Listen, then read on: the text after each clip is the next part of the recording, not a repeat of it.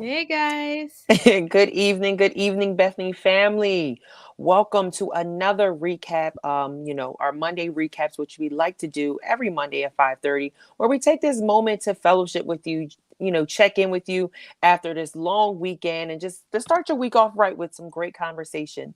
So I want to take this moment to invite you right now. I want you to like, comment, and share the broadcast. And as you guys are coming on in and you're liking and you're commenting, drop some hearts in the comments if you enjoyed this week's service. Also, let us know where you're tuning in from because, we love showing all that love. You may be in Africa, you may be in California, you may be 5 minutes away from Linda Wall right now. No matter where you are, we want to show you that love because that is what this is all about. It's just not about a recap of what happened, with service. It's also a time for us to fellowship and just to check in with each other. So I want you guys to right now let me know where you're tuning in from. And if this is your first time tuning in, please make sure that you put that VIP in the comments because, like I always say, whenever someone comes over my house and it's their first time, I love rolling out the red carpet. So right now, I want to roll out that red carpet for you.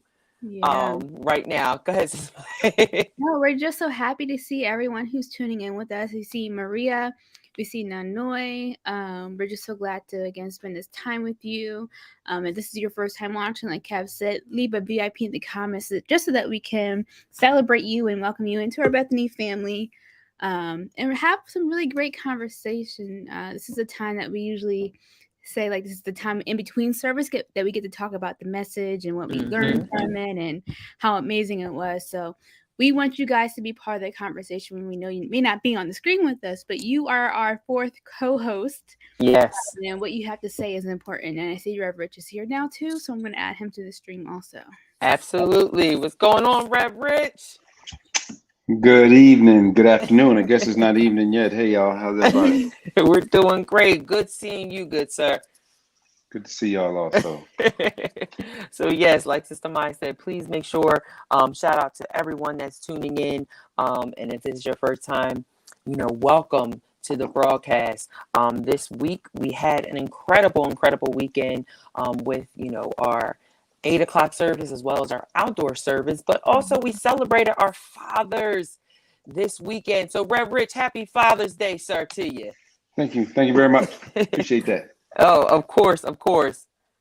Um, and I want to say happy Father's Day to everyone that, all of our Bethany family, everyone that's tuning in right now. Make sure that you say happy Father's Day to someone this week because even though it was on Sunday, we want to do it throughout the week, right? Absolutely. So, we had that Father's Day sermon, and Bishop he preached at preached about an 8 o'clock as well as 11 o'clock service. So if you did not get to watch service or get the chance to sit back and digest that word, it's going to come back on tonight. But we also want to take this time to recap that. But as I'm talking about Father's Day and speaking of celebrating our fathers, we also are getting ready to celebrate the father of the house, Bishop David G. Evans, next month. So, Sister Maya, what's going on next month? So next month is a really special month because we are celebrating Bishop for his 32nd pastoral anniversary. We are just so thankful for him for what he does each day, the sacrifices he makes, the things after our normal hours of when we see him during our church service. There's just so much that he does. So we really want to make sure that we take this time to love up on him and appreciate him. Let us know how important he is to us. So each year, something that we like to do is to collect videos from all of our Bethany family, 60 seconds or less, just sharing how much of an impact Bishop made on your life. You can share funny stories. Bishop, Pastor Nick gets a shade from someone. I think it might be him. So you can share some of those experiences. And just again, how much you love and appreciate Bishop. So start thinking about those videos now. And then you can send them to social@gotobethany.com and we'll make sure to include them in a special video montage that we'll do for Bishop on that day. Absolutely. So want to make sure that everyone can hear me clearly. Is the sound getting better, guys? We can hear you. You're good. Don't worry about it. We're good? Okay, Yeah. awesome. All right, so like we said, we celebrated Father's Day this week, and the Father's Day sermon was titled "Reset, Restore, and Reignite." Right, and Bishop's always coming with his R words, and he's always dropping them gems when he has like a sermon that's geared towards all those R's. And beginning of the year was renew and restore and all that. So this week it was reset, restore, and reignite. So Bishop talked about how Father's Day can be a day of celebration for some and a day of frustration for others. The day doesn't make the father special. The father makes the day special. The cultural celebration does not address the spiritual warfare of fatherhood, the toll that it takes on a man and a father as he wages battle in multiple dimensions at the same time as maintaining the look of victory. As we celebrate the day, it should remind every man to reset, restore, and reignite. So I'm going to be leaning on my good Rev up here since he is, a father. I want to get your opinion on this first question. How do you feel like this sermon this week towards Father's Day, as well as men that are fathers, how do you feel like it prepared them to really digest Father's Day, whether they celebrated or if it was a day of frustration? And also, I meant to shout out all those that are step-in fathers as well, whether they're uncles, mentors, or mothers as well. So fatherhood is such a huge job. So I want to really dive in deep into that with this today's discussion. You could start that, Rev Rich. Yeah, that's a good question, Kev. When I think of Father's Day, and how this sermon set the stage for it, we have to start with our Father in heaven, right? As good or bad or as present or non-present our biological fathers are, starting with our Father in heaven allows us to have an appreciation, a level of forgiveness, a hope of what we can be as fathers, whether it's the step-in father, the mother that's a father, the man that's there. But we have to start there with the love of God and how he's loved us so much, and that we're to perpetuate that regardless of what environment we grew up in, regardless of what we had or didn't have as forefathers ourselves. Now, certainly there are those of us, like myself, who was blessed with a wonderful father and therefore had an ability or a desire to do what he did for us, for our children.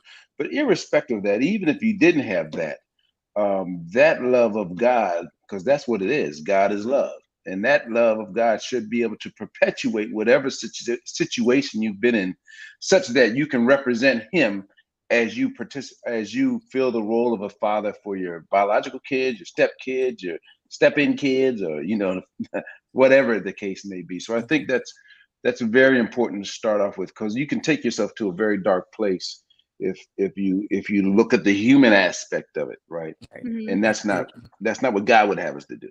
Right, absolutely. So, Sister Maya, we had the pleasure of seeing Papa LaBoo on Engage yesterday with Maya, and he did such an amazing job. So, shout out to Dad LaBoo. Yay. But Maya, I want to ask you, being a female, what are some things that your dad installed in you, especially when it came to growing up in the church and everything, that really geared towards this Father's Day special sermon? Yeah, that's something that I'm just so appreciative to both of my parents. That they raised me in church and just really helped steer me in that path. Like I said, I've been coming to Bethany since I was 5, and that's because they came here. I'm you 10 now? I would love to say that I'm 10. Thank you. But yeah, and it's funny. I told this story yesterday. I actually got saved on Father's Day when I was 8. So it was kind of nostalgic being able to celebrate yesterday and to do it with my dad. But yeah, I'm beyond thankful that they just instilled in me the importance of faith and having that relationship with God, and being mindful of like how I treat others in my faith. But overall, my dad has just been very supportive and encouraging to me. And instilling in me the importance of, I guess, being strong in who I am and not having to feel bad or apologize for being Christian or whatever else. Mhm. But something he would always say is he doesn't want me to be like a Barbie doll. He wants me to be able to stand on my own 2 feet. And Mhm. I can definitely see, back then it was like, yeah, okay, Dad. But now I can see how important that was for my life, because I don't back down. Maybe some cases I should, but you know, I just again I value those things among others that um he's taught me to appreciate in life. Amen. I don't know Amen. if that answered your question. No, it was. No, it was great. It was great. So we learned two fundamental laws that we all have to understand in order to have victory concerning ourselves every day, which is the law of spirit and the law of the flesh. And man must fight and win this battle every single day, the pitched battle between the flesh and the spirit. You have to ask yourself, are you helping these significant men in your life win these battles, or are you contributing to the toughness and perhaps to the loss of the fight every day? When a man is real about his strengths and his struggles and is not in denial about them, he wins these battles every day. A man in denial, unfortunately, is a weak man. A man in denial about his own weaknesses never finds his strength. So if I can just say, I loved how Bishop talked about, for me, with that quote right there, just showed me that it's okay to be vulnerable at times when it becomes being a man, because I feel like, especially in our culture, it has been a negative thing to be vulnerable or deny certain things and be in denial of certain things instead of addressing certain things, especially our strengths and our weaknesses. So I want to hear from your opinion about that, about you know men being real about their strengths and not being in denial, and a man that's actually in denial is being a weak man. Oh, Rev, you're muted, sir. Well, a strong man is one that knows he is weak, but the strength of God prevails, right? Mhm. One thing that many men, I think today it's better than when I was growing up, but they don't want to show any vulnerability, particularly in love. Yeah. When you see Jesus on the cross, there's no other way you can be more vulnerable than to be totally stretched out on a cross. That is complete and total and utter vulnerability. And the other thing about vulnerability is that you can never really, truly, completely love unless you open yourself up to be hurt because you're holding something back. You're not giving your totality of yourself. So, the time I think has passed. You still want to be strong. You still need to be strong because there are certain things that you have to deal with as a man that you just have to deal with. You got to like the work. You want to be the rock. You want to be able to provide. You want to be able to do things that I always say, and I may get some hate mail because of this. Let me look here. I may get some hate mail, but I No, you're always not. thought that women don't want a man that controls them, but they want a man that's in control. Mm. You know, and if you can be a man that's in control, that's very attractive as opposed to somebody that's really controlling, trying to control them. And Wow. and that and that similar to your kids, when they see that dad's in control, they feel comfortable to go. When other people at work or at church or what have you see you have some level of control, Yeah. you're not just flying off the handle, you're not inconsistent, you're available, you're responsible, you're accountable.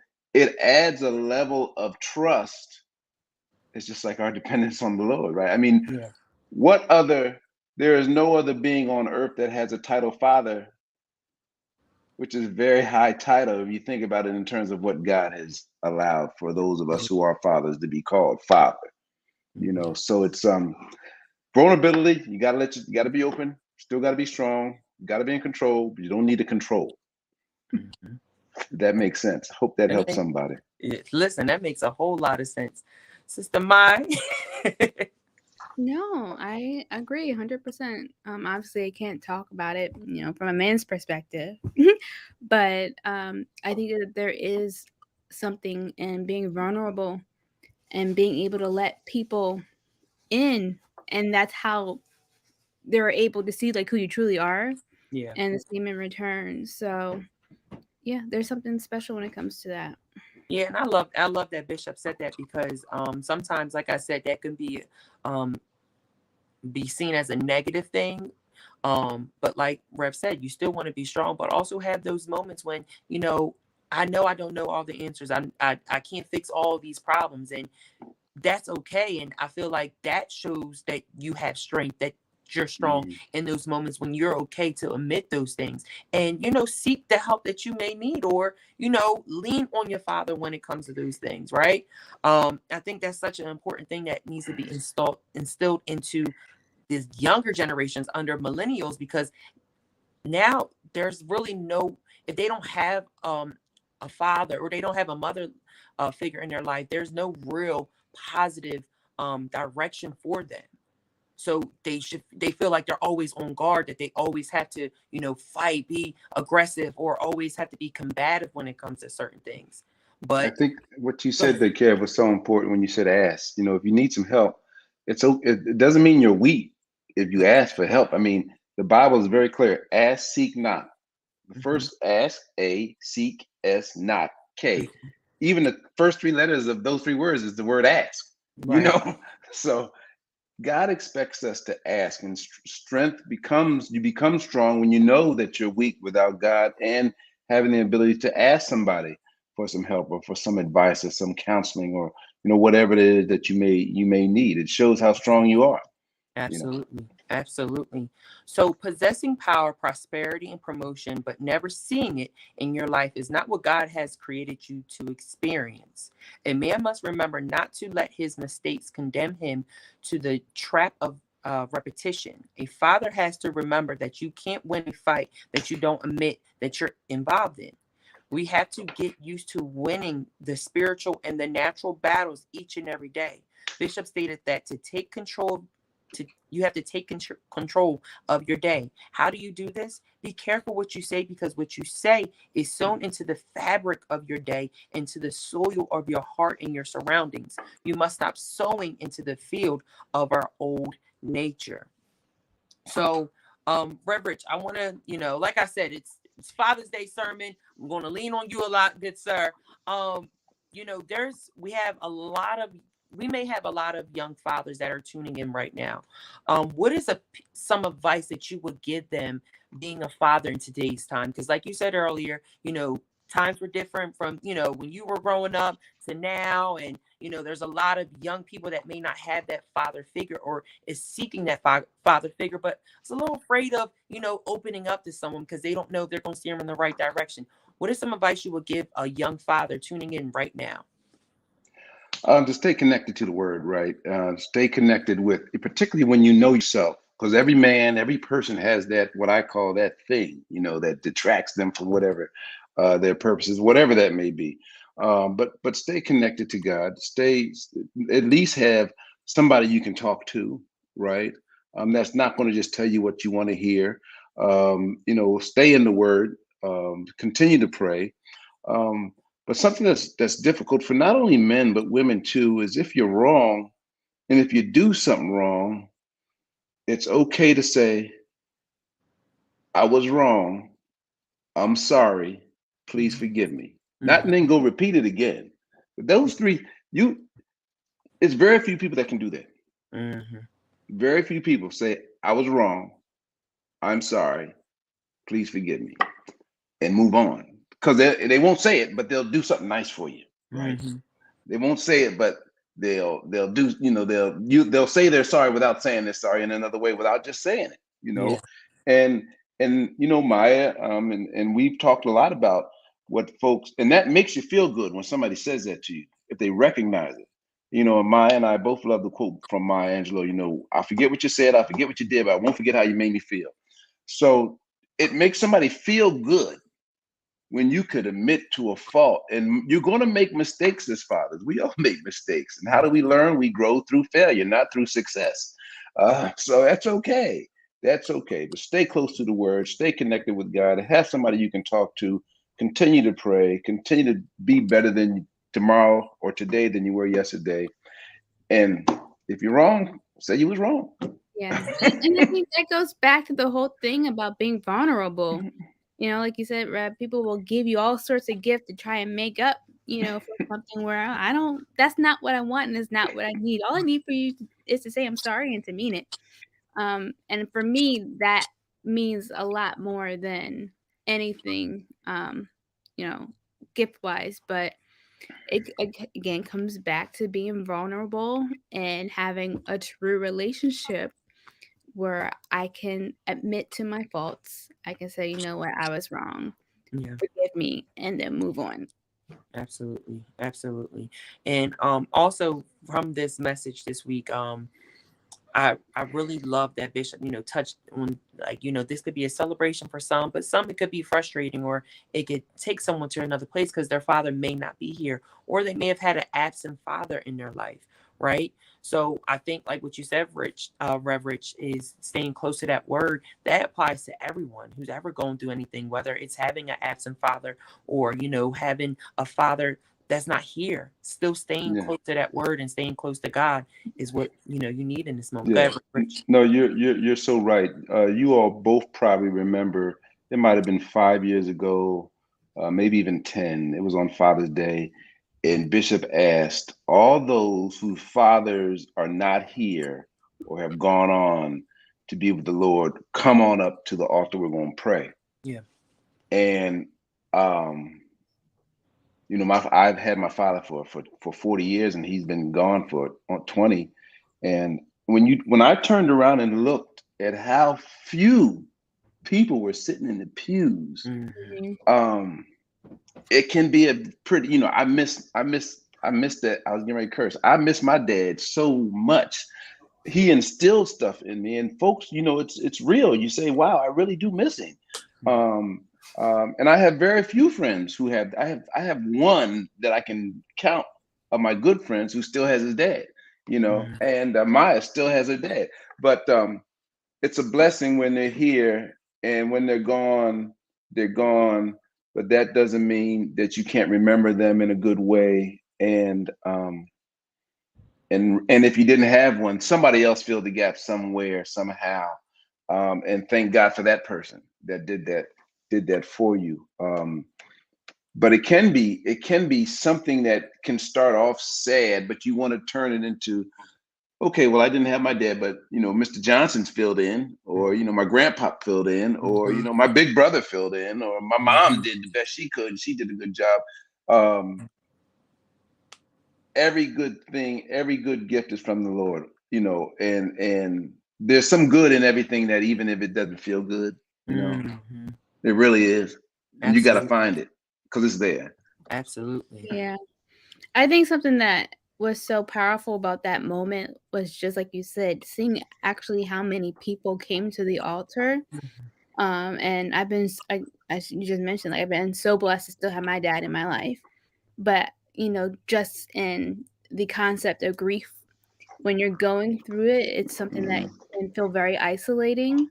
You feel very alone, Yeah. and so on. So I think just being able to see that there were hundreds of men who, of course, the circumstances might have been different, but they were still having that experience on that common experience in some level, I think, was a comfort. Yeah. No, you're right. And it made you feel like you weren't alone. Weren't alone. Somebody else was, not that you wish somebody else to go through, but you're not alone, and that other folks have that same experience. It was a healing moment. It was. One of that was very, very powerful. One that was very powerful. Absolutely. So this is the day that you reset your strength.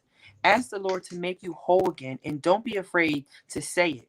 You can't go back to being the man you used to be, and you cannot go back to being what you used to be. God is reestablishing you in this world and your kingdom identity.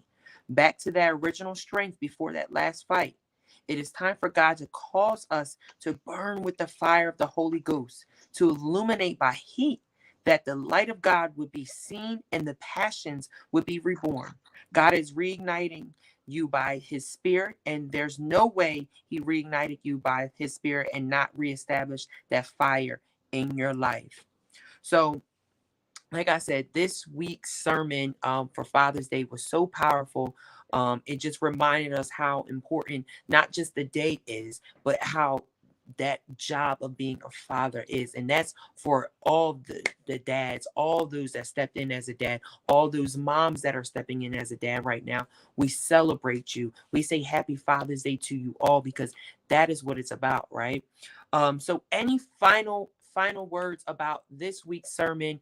Father's Day, you had to um, reset, restore, reignite, those 3 R's. Bishop always come with his R's. Any final thoughts or any words of encouragement you want to leave someone today?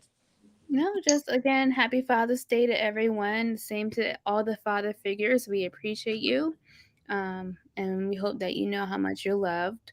And again, if you missed yesterday's message, it's going to be on a little bit later. So for everyone, I think it was a great message. So I hope that you'll go back and watch it. Yeah, stay in the fight. Stay in there. There's going to be times when you don't want to stay in it, but just stay on in it. It's the single most important job you will ever have in your life. I love that. You are being responsible on instilling in another human being values and those things that God would have to.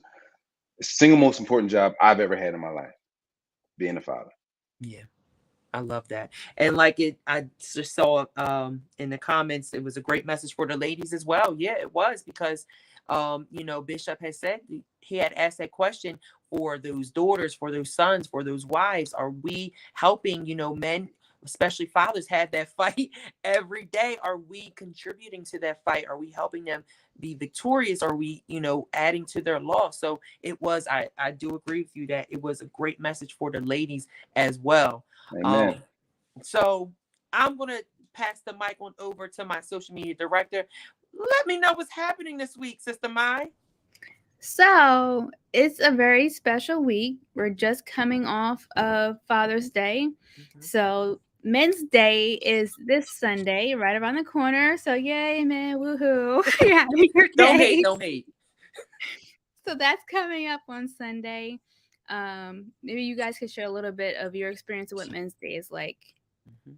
Yeah, absolutely. I love when just like how Rev said, when they all came together, when mm-hmm. Bishop prayed over all those people. I think seeing the whole men's choir, having a word for the men, and also being encouraged during this moment, because just like you guys need it for Women's Day, mm-hmm. the men need it as well. And it's Absolutely. Just that pick me up, and it's in the middle of the year too. We're 6 months into this year, got 6 months left, so it's just a great time to enjoy the worship and the word with fellowship with the whole bunch of us guys, right? Yeah.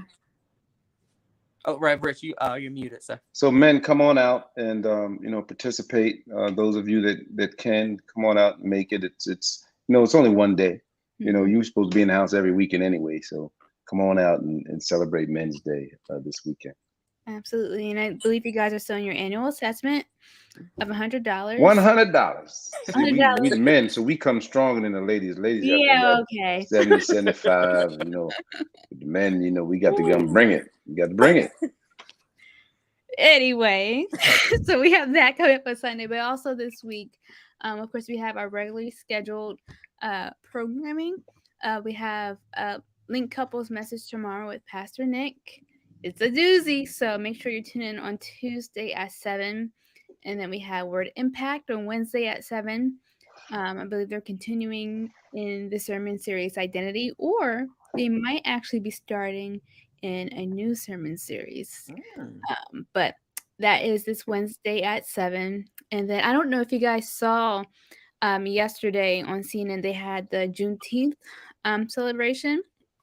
And it was amazing on a couple of different levels, but a member of our church, or someone who's grown up at Bethany, Derek Hodge, he was the orchestra leader for that event. So awesome. It was amazing. So on this Thursday, we're going to be rebroadcasting a conversation that Pastor Nick had with him, just talking about, of course, his faith and how that led him through his journey in music and being in the industry. So Amen. Amen. that's on Thursday at 7. And then on Saturday, of course, we have On Point Radio. We have Emerging Worship in the evening. And then Sunday is a full day of worship as we celebrate Men's Day. So a lot of cool things happening this week. Amen. Amen. Yes. And we want you guys to stay encouraged throughout the week. Please make sure that you tune into everything that's going to be posted throughout the week. And make sure that you like, comment, and share. But always, it is a pleasure. It is an honor coming up here, having this conversation with you guys. And we look forward to seeing you guys next week at 5:30 on Monday. Be blessed, Bethany family. Bye.